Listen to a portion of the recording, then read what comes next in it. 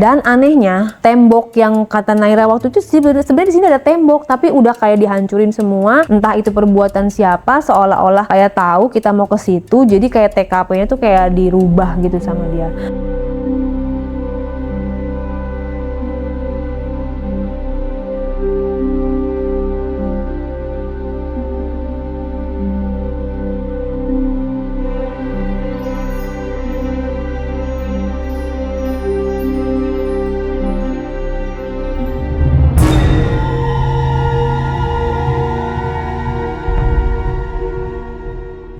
Padahal itu sebenarnya ada tembok yang berdiri yang mana itu harusnya lebih tertutup lagi gitu.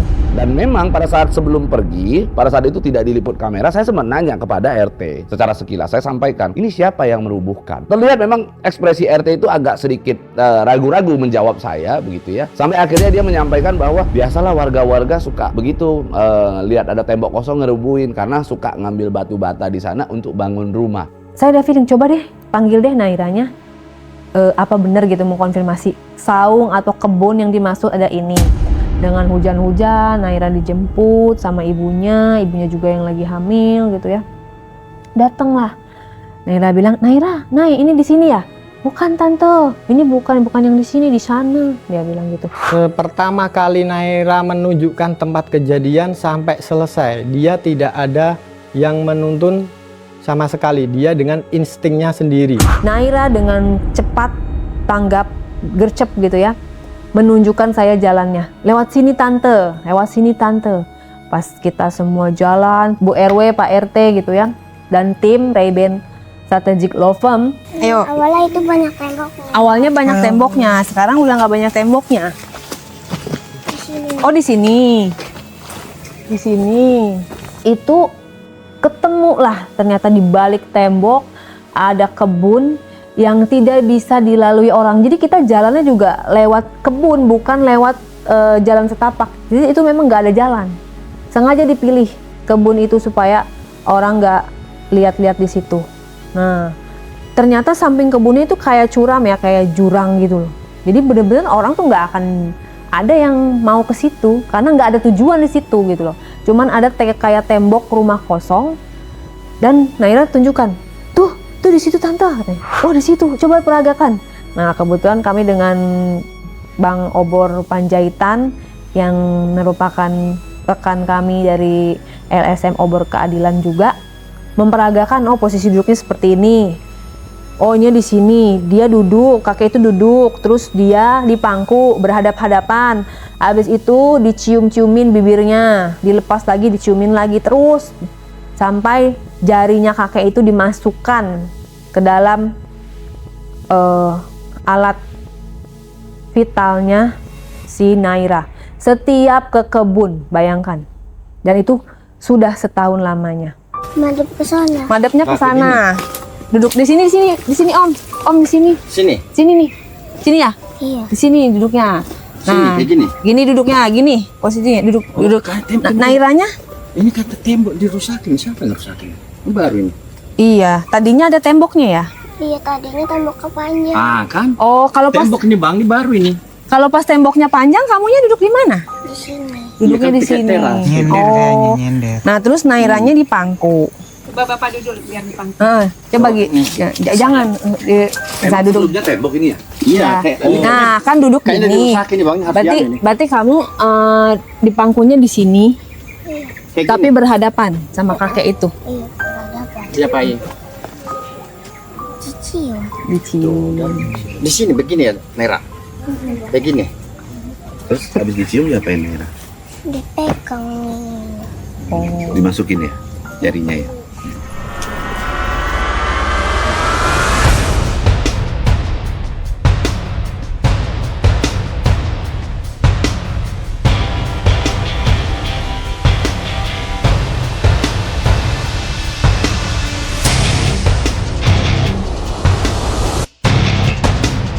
Jadi itu ada situ ada kolam renang, satu kolam renang umum yang menurut saya kurang layak.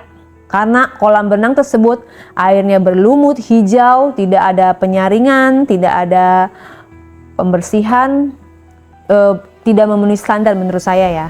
Tolong dicek ke pemerintahan setempat izin dari kolam renang tersebut, apakah itu layak, karena kalau misalnya tidak layak itu akan jadi ada, jangan sampai ya, kita cegah jangan sampai ada korban, karena kan kalau misalnya lumut itu kan licin, tiba-tiba nanti ada seorang anak jatuh, tingkat keselamatannya seperti apa, terus mesin dari airnya seperti apa, itu kan harus ada standar-standar, karena mengingat kolam renang itu dibuka untuk umum dan orang bayar, ada keuntungan yang dia dapatkan di situ.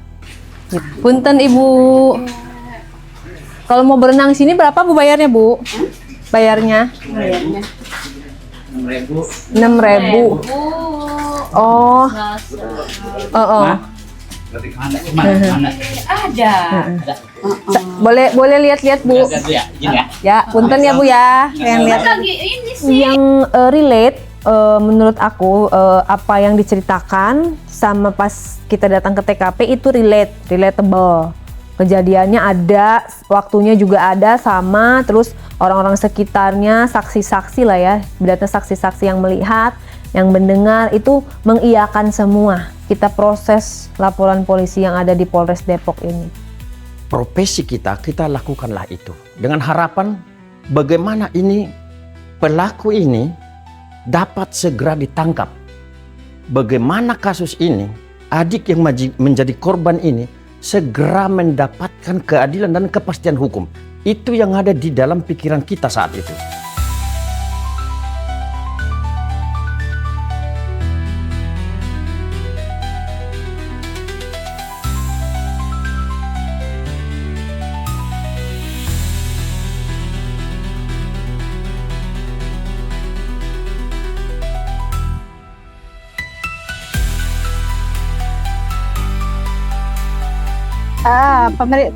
Bukan pemeriksaan sih, bukan visum ya, pemeriksaan, karena waktu itu kan takutnya jadi fitnah ya, jadi maksudnya kita bikin LP lah, takutnya mereka berpikir salah prediksi nih yang pada ngeliat katanya, jadi akhirnya yaudah kita periksaan. Memang untuk kasus-kasus pelecehan ini di Kecamatan Bojonggede ini kita berkoordinasi dengan puskesmas setempat. Ketika saya dapat laporan dari ketua saya dan Pak Ketua langsung turun ke lokasi, kita asesmen. Setelah dari hasil asesmen kita dalamin ke RT, kita sampai turun ke bawah menanyakan sekitar keluarga, lalu kita tanyakan ke orang tua korban, terutama ibunya, apa langkah yang harus diambil, harus bagaimana. Ibunya dengan kekhawatiran akan takutnya jadi ketika dia membuat laporan menjadi fitnah. Lalu saya giring untuk bawa ke pemeriksaan awal ke Puskesmas Kemuning. Kebetulan di desa ini masuk ke wilayahnya Puskesmas Kemuning. Ke Puskesmas buat pemeriksaan pertama.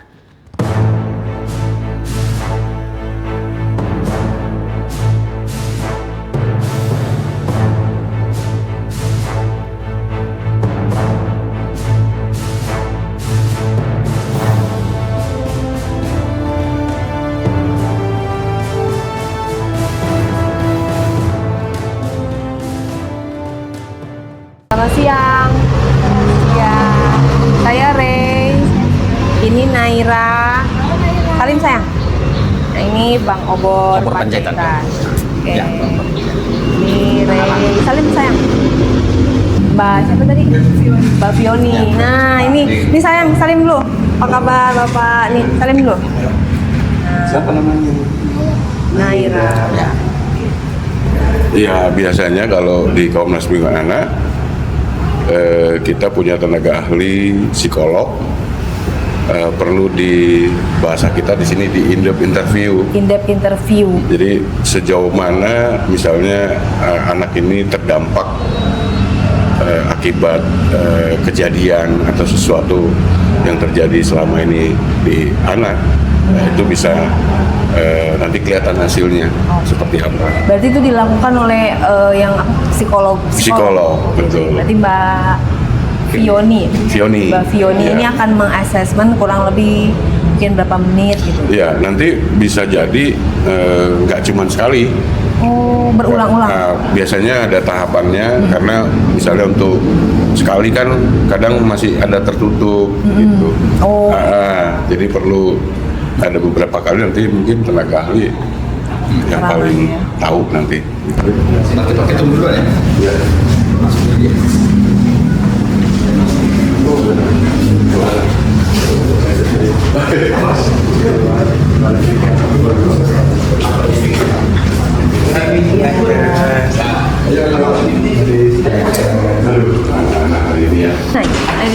Kelas 2 ya.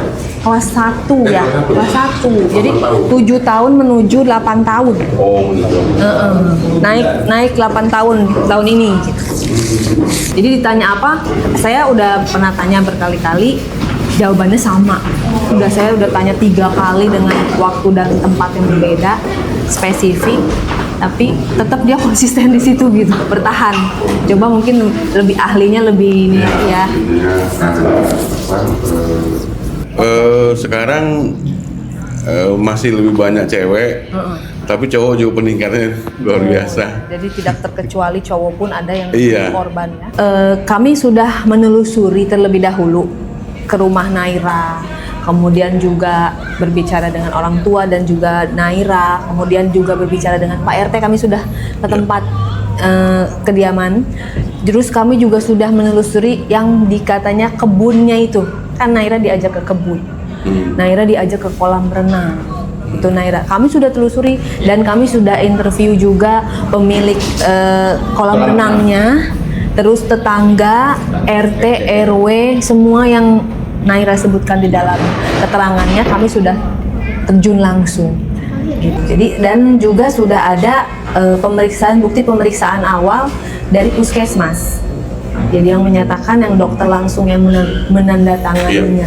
Seperti jadi sebenarnya kita sudah kumpulkan lengkap gitu secara bukti dan saksi gitu. Tinggal nanti bagaimana mudah-mudahan Komnas Anak ini bisa bersama-sama dengan kami Yayasan Satu Cilover dan juga LSM Obor Keadilan dan juga beserta Naira dan keluarga gitu, kita sama-sama kawal kasus ini jangan sampai lepas. Ya. Pertama terima kasih ya kedatangannya hari ini. Di data kami awal tahun aja laporan-laporan tentang kasus anak udah cukup tinggi ya, mulai dari Januari. Tentu ini juga kita terima kasih bahwa masalah-masalah anak hari ini memang kita harus berkolaborasi. Silent aja Ya. maksudnya suaranya di. Kita juga akan juga nanti meminta keseriusan dari aparat penegak hukum. Tentu juga dengan data-data yang kita punya, ya kita sama-sama ya. Dan kita juga nanti mungkin akan lakukan kunjungan juga. Harusnya pihak RT RW nggak boleh tinggal diam. Ini yang kita sesalkan sebetulnya.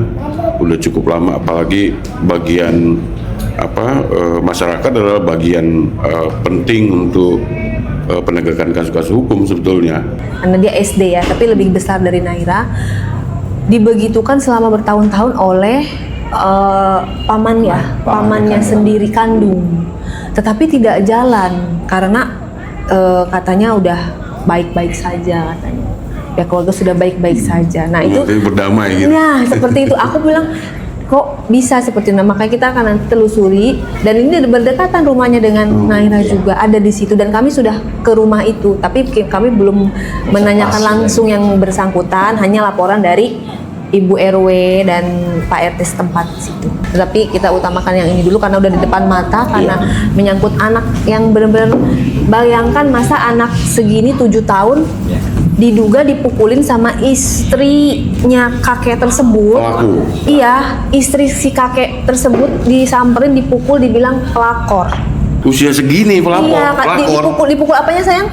Dipukul ini. Nah, dipukul punggungnya. Katanya ini kecil-kecil udah jadi pelakor. Naira emang ini tahu pelakor itu apa? Nggak tahu kan? Ini sih gila loh.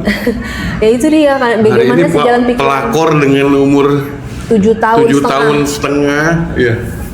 Jadi izin menambahkan ketua, jadi kita coba apresiasi tadi sampai di sini dan memang kita sebagai warga negara memang bersinergi Ya, harus sebagai lintas dan kompetensi masing-masing.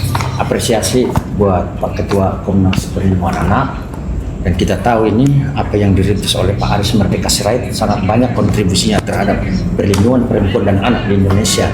Di sini ada public figure yang juga saya sangat merinding kalau lihat Kak Rey sama Pak Pablo, perhatian yang cukup besar ya. mau bersama-sama dengan kita. Ini juga satu kekuatan. Sebagaimana kita ketahui yang menimpa adik kita Naira di hadapan kita ini, anak usia 7 tahun sampai 8 tahun terus menerus menjadi objek seksual, kekerasan seksual sebagaimana diatur dalam Undang-Undang Perlindungan Anak itu. Ya. Sudah lebih dari 2 bukti hukum, tapi sampai hari ini tidak ditangkap. Dari Oktober laporan ya Bu? Iya. November, Desember, Januari, Februari, sudah 4 jalan 5 bulan. Dan bahkan Ya. malah maaf gitu ada sedikit kemunculan gitu. Iya. Keluar apa dari tetangga-tetangga yang bahkan Stigma itu Iya, sudah stigma mulai. itu sudah menempel Sudah gitu. di situ. Jadi karena kan kalau Iya. di kampung itu kan Pak rumahnya Betul. dempet-dempet. Ibunya sudah mulai gak nyaman Pak dengan hadirnya kita, mulai balik lagi persepsi masyarakat. Iya. Dituduh membuat informasi yang mengkotori lingkungan, disampaikan berita acaranya ya Pak. Walaupun puskesmas itu alat bukti hukum. Iya. Belum lagi alat bukti dari rumah sakit Polri. Rumah sakit Polri. Udah dibacakan di depan orang tua kandung, di depan RT Tapi RW. pelaku belum dijadiin tersangka. Ya, polisi menyampaikan langsung Pak. Ya. Berkeliaran bebas dan terduga pelaku masih ada stay di situ. Dia cuma pindah RW dan pindah RT. Yang pertama, setelah ini mungkin nanti anak diperiksa sama tim ahli kita untuk ditanyain juga beberapa hal ya. Terus yang kedua, sebetulnya kemarin saya udah sempat koordinasi juga sama LPSK. Apakah nanti memungkinkan untuk misalnya bisa anaknya ditaruh atau dengan ibunya juga sekalian. Kalau di lingkungan itu udah tidak nyaman lagi, itu kan perlu kita bantu untuk kita amankan ke rumah aman sementara. Kemarin saya udah koordinasi sama LPSK. Dan nanti sambil ini hasil nanti pemeriksaannya kita dapatkan, kalau dimungkinkan atau diperlukan kita siap bantu untuk dipindahkan ke rumah untuk sementara ya, karena memang akan terganggu nanti psikisnya, apalagi anak sekecil ini udah harus dikatakan dengan pelakor, itu sih cukup luar biasa ya. Iya, justru nanti sangat berpengaruh. Justru nanti setelah ini pertama anak nanti diperiksa dulu, lalu kemudian nanti kita juga pertanyakan ini fungsi-fungsi RT RW ya setempat, nanti kita akan kunjungi juga. Karena perlindungan anak itu kan harus kerjasama menyeluruh sebetulnya, termasuk lingkungan sekitar ya. Seharusnya itu yang jadi pusat perhatiannya Polri. Kasus anak ini kan kasus spesialis dan harus ditangani dengan spesialis juga begitu.